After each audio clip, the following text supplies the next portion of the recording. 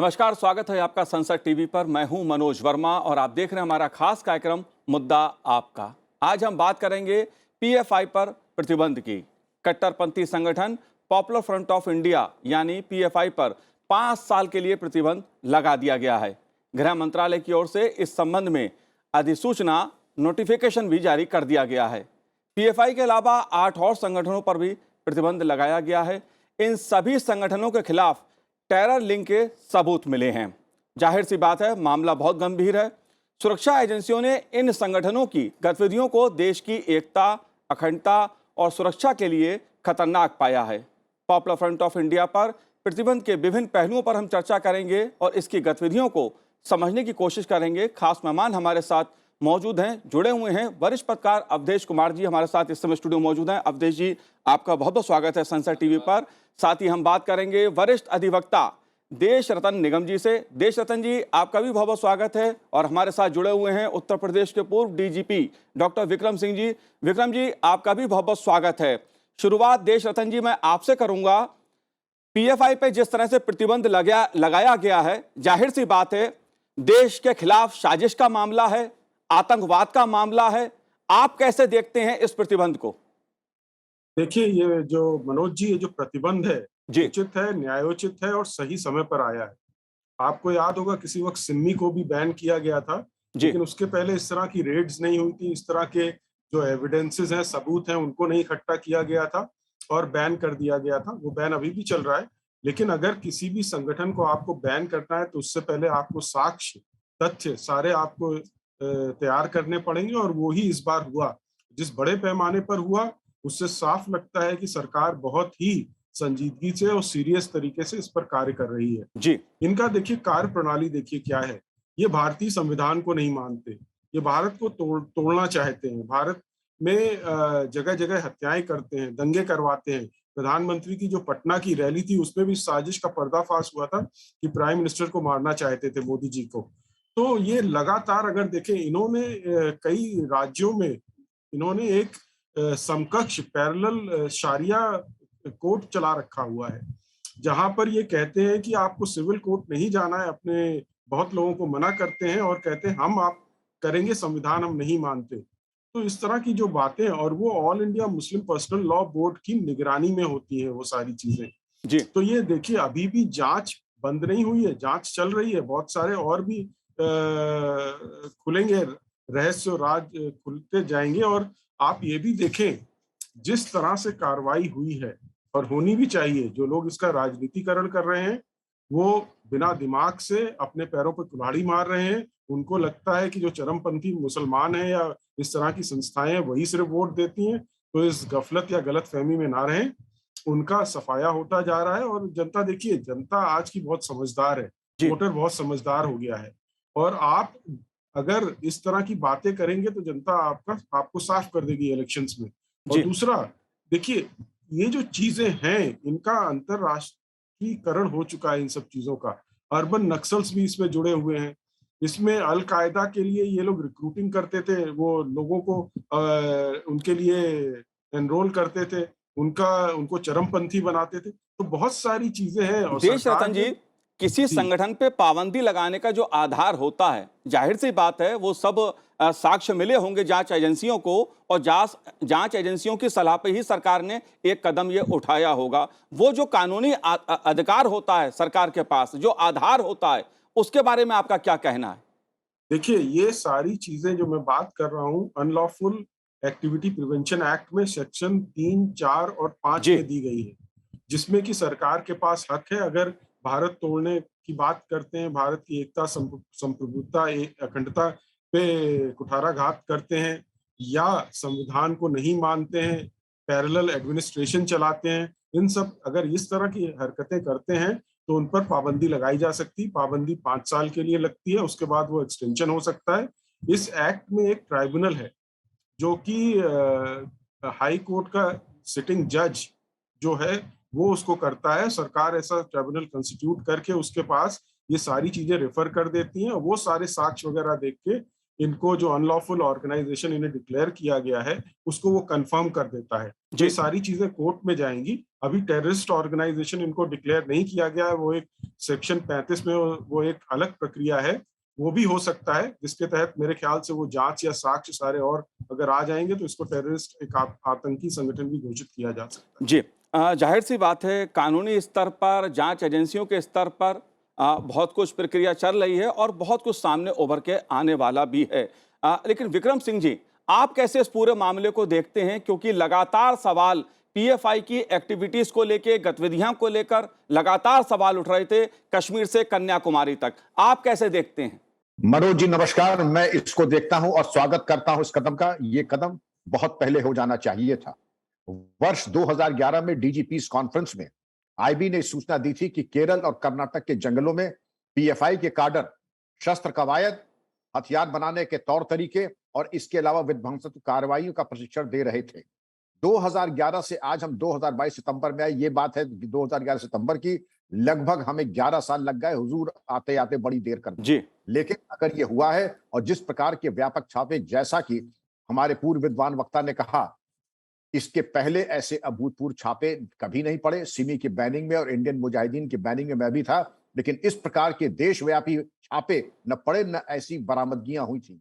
पहली बार देशव्यापक छापे पड़े, बरामदगियां हुई, अकाट्य साक्ष्य मिले हैं। और ऐसे साक्ष्य मिले हैं कि फाइनेंशियल ट्रेल से लेकर के electronic evidence, field evidence, documentary evidence, कोई भी एविडेंस अगर आप देखें वो आज एनआईए के पास, ईडी के पास मौजूद है।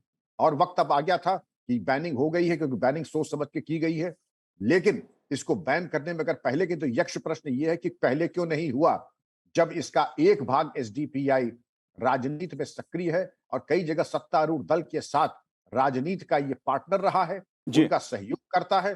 तो ये उम्मीद करना कि एकदम से इसकी बैनिंग हो जाएगी। और धनबल देख लें, 250 करोड़ तो चरमपंथियों के पास नहीं मिलेगा जितना पैसा इनके पास आया है। और ये भी मनोज जी बताया गया है, बड़े से बड़े एडवोकेट को इन्होंने ऑलरेडी कितने करोड़ दे दिए हैं, मैं उसका खुलासा नहीं कर रहा हूं क्योंकि वो अपुष्ट बातें हैं, लेकिन करोड़ों रुपए पेशगी दे दिए गए हैं कि अब ट्रिब्यूनल में धारा 3, 4, 5 यूएपीए में जब जाएं तो जो देश के शीर्षस्थ वकील हैं वो इनके बचाव में चट्टान की तरह खड़े हो जाएं। इसलिए मैं इसका स्वागत करता हूं। लेकिन अब जो फॉलो अप थ्रू होता है, जैसे टेनिस की शॉट में, गोल्फ में होता है, पहली शॉट तो आपने मार दी, लेकिन फॉलो थ्रू अगर कच्चा हो गया तो शॉट बेकार हो जाती है। जी। बिल्कुल। अवधेश जी, पीएफआई को लेकर लगातार सवाल उठ रहे थे। बात चाहे दिल्ली के दंगों की मैं करूं, भूमिका पर सवाल उठा, सीए का जो मुद्दा उठा, जिस तरह से हिंसा पूरे देश में की गई, पीएफआई का नाम उसमें भी आया। छात्रों के द्वारा हिंसा दिल्ली में की गई, उसमें भी पीएफआई का नाम आया। बात लव जिहाद की हो, उसमें भी पीएफआई का नाम आता है। टेरर से लिंक की बात हो, उसमें भी पीएफआई का नाम आता है। पीएफआई पे जो पाबंदी लगाई गई है, प्रतिबंध लगाया गया है, आप कैसे देखते हैं इसके पहलुओं को? मुझे लग रहा है कि ये प्रतिबंध तो अभी से पहले ही होना चाहिए था। कई घटनाएं थी जो जिसकी चर्चा, अभी मेरे पास वो लिस्ट है कि होम मिनिस्ट्री ने किन किन आधार पर इसको बैन किया, पूरा डिटेल में देखा हूं उसको। लेकिन मुझे लगा कि उसी अनुभव से का ध्यान रखते हुए ये केवल देश में अभूतपूर्व छापा और गिरफ्तारियां ही नहीं है जी, कि बैन लगाने के पहले संगठन की हर दृष्टि से कमर तोड़ देना, मैं उनके आर्थिक रूप से पंगु कर देना, उनकी जो वैचारिक आधार है, जो उनके जहां से उनके प्रिंट होते हैं, जहां छपते हैं, जहां से चलते हैं, जहां से वेबसाइट के लोग हैं, जो इनके थिंक टैंक है, उन सब को लेकर के, और जो फाइट करने वाले ग्रुप है मानव संसाधन के रूप में, उन सब को कमर तोड़ के और फिर उन पर कब्जा करना या गिरफ्तार कर लेना, कि बैन के बाद इनकी एक्टिविटी उस रूप में नहीं हो। जो विक्रम सिंह जी कर रहे हैं वो सही है, तो वो सब चीजें हमारे देश में होंगी, लेकिन इस बार काफी हद तक कमर तोड़ी गई है। और एसडीपीआई पर न होना मेरे लिए भी हैरत का विषय है, क्योंकि एसडीपीआई कहती है कि हम पीएफआई से अलग हैं, लेकिन कई जगह अभी पीएफआई, पहले दिन जो 22 सितंबर को छापे पड़े, उसके बाद जो पीएफआई हिंसा कर रही थी उसमें एसडीपीआई के लोग शामिल थे। वो महाराष्ट्र में थे, तमिलनाडु में, कर्नाटक में, केरल में देखे गए हैं वो लोग, तो शायद आने वाले समय में हो। देखिए पीएफआई जो है, पीएफआई जब हमारे देश में सिमी पर बैन हुआ, 2001 में बैन लगा था, तो सिमी ने अपने को धीरे धीरे उसमें से कुछ पार्ट ने आपको इंडियन मुजाहिदीन के रूप में कन्वर्ट किया, एक बड़ा पार्ट जो है धीरे धीरे पीएफआई में गया। पीएफआई अलग अलग संगठनों को, 3 संगठन का नाम लेते हैं, लेकिन वो भी है, वो उसमें गया था। जो जमाते इस्लामी संगठन है जिसमें कश्मीर में बैन है, भारत में बैन नहीं है, जी। वो इन संगठनों का मूल आधार होता है, वैचारिक मूल आधार जमाते इस्लामी है। पीएफआई की फंडिंग विदेशों से तो थी ही थी, लेकिन आपको मुस्लिम संगठन ही बताते रहे हैं कि इस संगठन के पास भारत के जो बड़े मुस्लिम व्यापारी हैं वो इसकी फंडिंग करते हैं, उसके आधार पर ही चलता रहा है। इस पर माने आपने सलमान रुश्दी का तो नाम ले लिया, लेकिन केरल के टी जोसेफ का जिस ढंग से उसके हाथ काटे गए, उसके पैर काटे गए, किए गए, उससे भी विभत्स है। बताओ, एक मिनट। तो एक तो लोगों के 10 नाम है जिनके मजहबी आधार पर विरोध करने पर उनकी हत्या। दूसरी, आतंकवादी गतिविधि में डायरेक्ट तो इनके प्रमाण नहीं है, लेकिन ये भारत का पहला संगठन है शायद जिसमें 100 से ज्यादा अनलॉफुल एक्टिविटीज में इन पर मुकदमे दर्ज है। 6 टेररिस्ट एक्टिविटीज में इनके लोग पाए गए, वो उसमें पाए गए हैं। और पूरे देश में, अभी आपने पटना में हमारे सामने की घटना है कि ये बताया गया कि 2047 तक हम इस देश को इस्लामी राज बनाएंगे, और उसमें भी कि हम, उसमें जो कहा गया है कि हम बाबा साहब का नाम लेंगे, संविधान का आधार बनाएंगे, सोशल जस्टिस का नाम मान लेंगे, राम मनोहर लोहिया का नाम लेंगे, लोगों को बरगला के अपने बात लाएंगे और सरकार के खिलाफ भड़काएंगे। तो ऐसी अनेक पीएफआई को लेकर, चाहे वो साइन बाग मूवमेंट में हो, किसान मूवमेंट में हो, सारे हाथ थे कि वो सारे दिखा तो रहे थे, लेकिन शायद मुझे लगता है कि होम मिनिस्ट्री में, एनआईए में ये था कि नहीं, एक बार पूरा प्रमाण ठीक से मिल जाए, एक साथ इनको पकड़ा जाए, कमर तोड़ा जाए, फिर बैन की ओर बढ़ा जाए। बिल्कुल। विक्रम सिंह जी, मैं आपसे एक बात समझना चाहता हूं। पीएफआई की अगर मैं बात कर रहा हूं, या केरल की मैं बात करूं, दक्षिण भारत के कुछ राज्यों की बात करूं, इस्लामिक स्टेट से नाता रखने वाले तमाम लोग पकड़े गए। और यह बात कोई अभी की नहीं है, पहले भी पकड़े गए हैं। जो इस्लामिक स्टेट के साथ कनेक्शन खासतौर से केरल में देखने को मिला, आप उस पहलू को कैसे देखते हैं? इसके पहले नाम आया था अबू बकर अल हिंदी का। जी। वॉइस ऑफ खुरासन की जो किताब है उसमें, यानी अपने शहीदों को जानिए, ये केरला के एक ईसाई व्यक्ति थे और इन्होंने इस्लाम धर्म कबूल किया, और उसके करने के बाद ये चरमपंथी बन गए, लिबिया गए, वहां ड्रोन अटैक में ये मारे गए। आप जब कभी किसी चैनल पे जाते हैं और वहां के वकील कहते हैं एक मिसाल बता दीजिए जब कोई चरमपंथी हो, अभी अवधेश जी ने आधा दर्जन गिनाया, मैं 2 दर्जन मैं गिना सकता हूं, लेकिन सफेद झूठ ऐसा बोलेंगे कि एक अबू बकर अल हिंदी ये थे जो केरला के क्रिश्चियन थे, इनको कन्वर्ट करा करके लीबिया भेजा, वहां ये मारे गए। इसके अलावा कितनी ये मैं बता सकता हूं कि जो मिसालें हैं, इनका प्रशिक्षण यहां दिया गया, इनका रेडिकलाइजेशन किया गया, उसके बाद सीरिया और अफगानिस्तान भेजा गया। आपको याद होगा 2 साल पहले केरला के माता पिता ने जो गुहार भारत सरकार से की थी कि उनके बच्चे वहां पर फंस गए हैं और उनको वापस लाया जाए। ये बात दूसरी है कि उसमें से 3 ड्रोन अटैक में मारे गए, और कुछ जो डीरेडिकलाइज हुए उसमें से शायद 1 बच्चा वापस आया। इसके अलावा यूएन टेरर रिपोर्ट कहती है कि केरला एक हब बन गया है टेरर का, और वहां से चरमपंथी हैं वो मिडिल ईस्ट तक जा करके ये इस तरह की हरकत कर रहे हैं। सैयद मोहम्मद हैदर, ये एएमयू के 3rd ईयर के छात्र थे, इनका रेडिकलाइजेशन हुआ, ये इलेक्ट्रिकल इंजीनियर थे। मुर्तजा का नाम आप जानते हैं, जिसने कि गोरखनाथ मंदिर में आक्रमण किया था। तो एक ये था कि चरमपंथी ऐसे सुशिक्षित लोगों को, विशेषकर इंजीनियरों को ये लेके करें जिससे कि ड्रोन और रोग ड्रोन के माध्यम से आक्रमण और इस तरीके की आपराधिक गतिविधियां पूरी की जा सके। जी। पाया जाता है कि जो आईएएफ बेस के ऊपर कश्मीर में हमला ड्रोन से द्वारा किया गया था, वो ड्रोन इन्हीं के द्वारा तैयार किए गए ड्रोन थे, और वो एक ड्राई रन था जिसमें हमारे एयरफोर्स के बेस के ऊपर हमला किया गया था। अब और किसी प्रमाण की जरूरत हो तो बता दें हमें, इससे ज्यादा नग्न प्रमाण क्या हो सकता है कि उनके खुरासन की नो योर मार्टर्स में इनके केरल के चरमपंथी जिसका सीधा लिंक पीएफआई से था, उसका नाम आ रहा है। ये तो जहर के बुझे हुए वो तीर हैं जिनको निष्क्रिय पहले हो जाना चाहिए था। जी। लेकिन मनोज जी, आज आपने कर दिया है, इसलिए मैं भारत सरकार को, एमएचए को और गृह मंत्रालय को, एनआईए को, ईडी को बधाई देना चाहूंगा कि उनके द्वारा बहुत उत्कृष्ट कार्य किया गया। जैसा कि अवधेश जी ने एक शो में कहा, भारत दुनिया का वाहिद देश है जहां हम भारत के दुश्मनों के ऊपर वो कार्रवाई नहीं करते जो कि हमको करना चाहिए। जी। देश रतन जी, अगर पीएफआई की मैं एक पहलू को जानने की, समझने की आपसे कोशिश करूं, खास तौर से बात इस्लाम की आती है।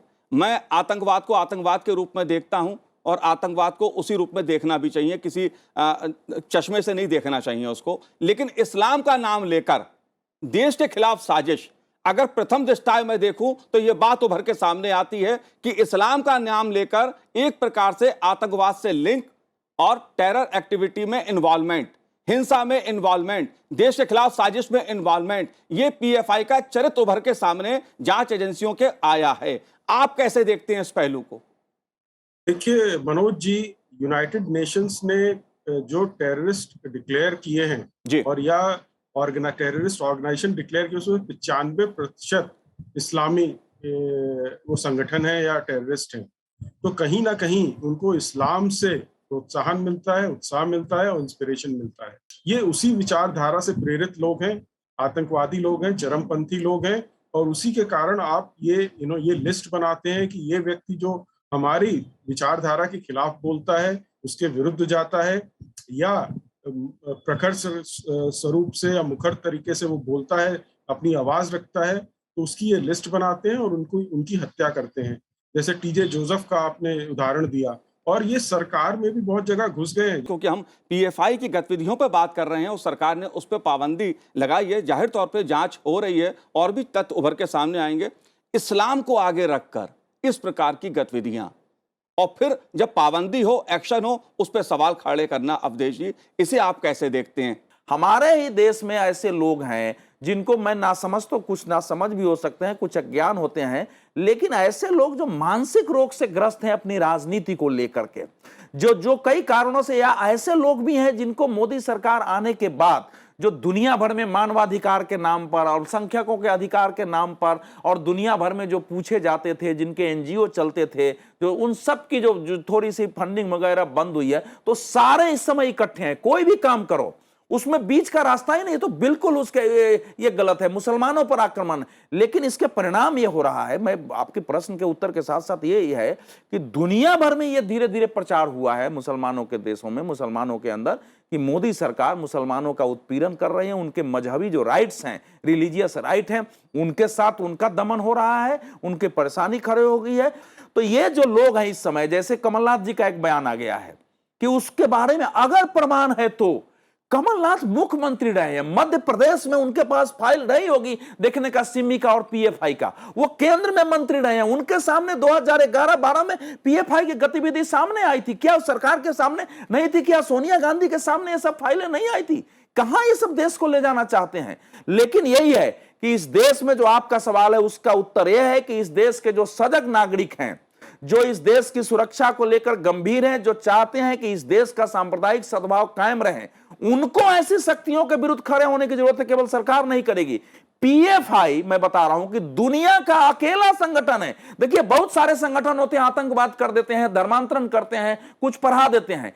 पीएफआई अकेला संगठन है जो मनुष्य के जीवन से जुड़े हुए हर क्षेत्र में संगठन खड़ा करके काम कर रहा था। कोई क्षेत्र इसका नहीं था। ये फाइनेंस के क्षेत्र में, एजुकेशन के क्षेत्र में, आपको बता रहा हूं, बिजनेस के क्षेत्र में, जो रिहाब इंडिया फाउंडेशन का नाम ले, एक एक चीज आप देख लीजिए, पॉलिटिक्स के क्षेत्र में, कल्चर के क्षेत्र में, मानवाधिकार के क्षेत्र में, हर क्षेत्र में इसने अपने ऑर्गेनाइजेशन खड़े किए थे। यहां तक कि ट्रेनिंग का इसका विंग था, इसकी जासूसी विंग थी, तहलील उसका नाम था। तो ये ऐसा संगठन जो है, आईएस भी इतने विंग बना के काम नहीं कर रहा था। तो ये तो पूरी बात है।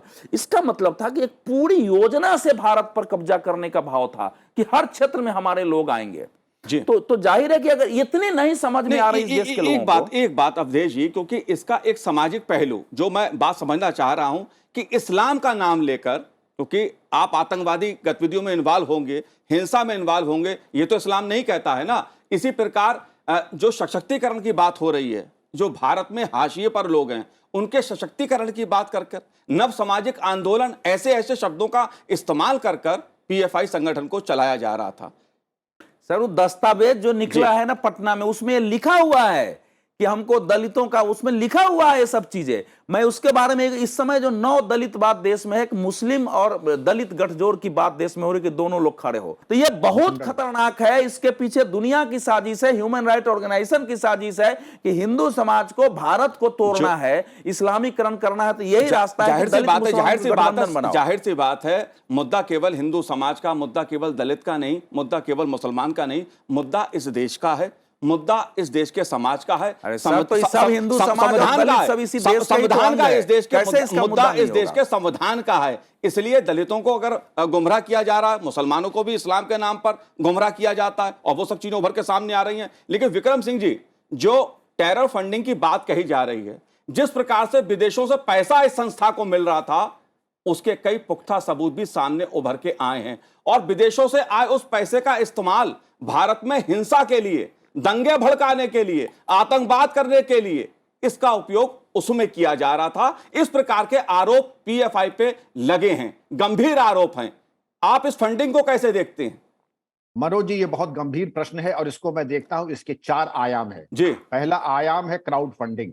उन्होंने कहा साहब 1-1, 2-2 रुपए रिक्शे वाले, खोंचे वाले, रेडी वाले देते हैं, वो आपको 150 करोड़ 200 करोड़ नहीं दे सकते। वही मालूम पड़ा कि कल जरूरत है तो आज पूरा हो जाए। उसकी आपूर्ति होती है हवाला से कि कल सीए में हमें 125 करोड़ चाहिए, दिल्ली दंगे कराने हैं, उसकी पूर्ति हवाला से होती है। हवाला का पेमेंट कहां से आता है? उसका स्रोत क्या है? उसका स्रोत है टर्की की इंटेलिजेंस एजेंसी, पाकिस्तान की आईएसआई। ये शायद लोगों को दिखाई नहीं पड़ रहा है, पीएफआई के वकील साहिबान को, कि ये फंडिंग अगर आ रही है, ये चरमपंथी और लेफ्ट विंग एक्सट्रीमिस्ट ज्यादा इनकी जो है जेबें गहरी हैं। तीसरी चीज आती है क्राउड फंडिंग हो गई आपकी, ये आईएसआई फंडिंग हो गई। और जो अवधेश जी कह रहे हैं जकात का पेमेंट, जो प्रैक्टिसिंग मुस्लिम्स हैं वो साल में एक बार अपनी आमदनी का एक अंश निकालते हैं, वो इसलिए जाते हैं कि यतीमों की पढ़ाई हो जाए, उनकी परवरिश हो जाए, विधवाओं की सुरक्षा हो जाए, उनको कुछ कपड़े लत्ते मिल जाए। लेकिन उनको वरगला के धोखा दे करके इस पैसे को जो दान के लिए होना चाहिए था, जो इस प्रकार के उत्कृष्ट कार्यों के लिए होना चाहिए था, राष्ट्र विरोधी गतिविधियों के लिए कर। और चौथा, जबरन धन वसूली और इस तरीके के छद्म व्यापार में। तो इनके जो व्यापार का जो है उसके 4 टांगे हुई और इन चारों टांगों को आज जो छापे थे इन्होंने पूरी तरीके से ध्वस्त कर दिया है। लेकिन जो इन्होंने पेशगी पैसे वकीलों को, जो पेशगी पैसे रियल एस्टेट को, जो पेशगी पैसे इन्होंने स्टॉक मार्केट पे लगा दिए हैं, वो काम अभी बाकी है और उसका आयाम कम से कम 1000 करोड़ होगा मनोज जी। तो उसके बारे में भी एक प्रोग्राम जरूर कीजिएगा। जी बिल्कुल, बिल्कुल जाहिर सी बात है, पीएफआई पे जो प्रतिबंध लगाया गया है उसके तमाम पहलू हैं, सामाजिक पहलू भी हैं, राजनीतिक पहलू भी हैं, राष्ट्रीय सुरक्षा से जुड़े पहलू भी हैं। इस पे हमने चर्चा की। आप तीनों का बहुत बहुत शुक्रिया, बहुत बहुत धन्यवाद संसद टीवी से बात करने के लिए। तो आज हमारे इस कार्यक्रम में इतना ही। मुझे दीजिए आज्ञा, नमस्कार।